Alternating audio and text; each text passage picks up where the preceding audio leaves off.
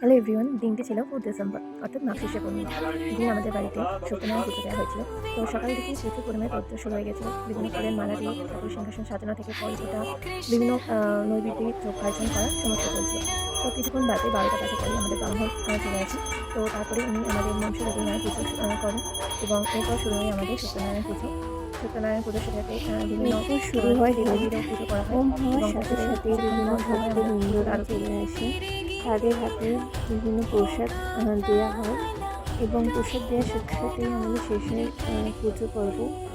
অনেকদিন পরে একটা সুন্দর একটা দিন কাটলো বিভিন্ন মানুষদের সাথে দেখা হওয়ার কথা হওয়ার পর ভীষণ ভালো লাগলো। সত্যি ভাবিনি এত সুন্দর জার্নি গেছে। ভগবান সবাইকে ভালো রাখুক, সুস্থ রাখুক, এইটুকুই চাই।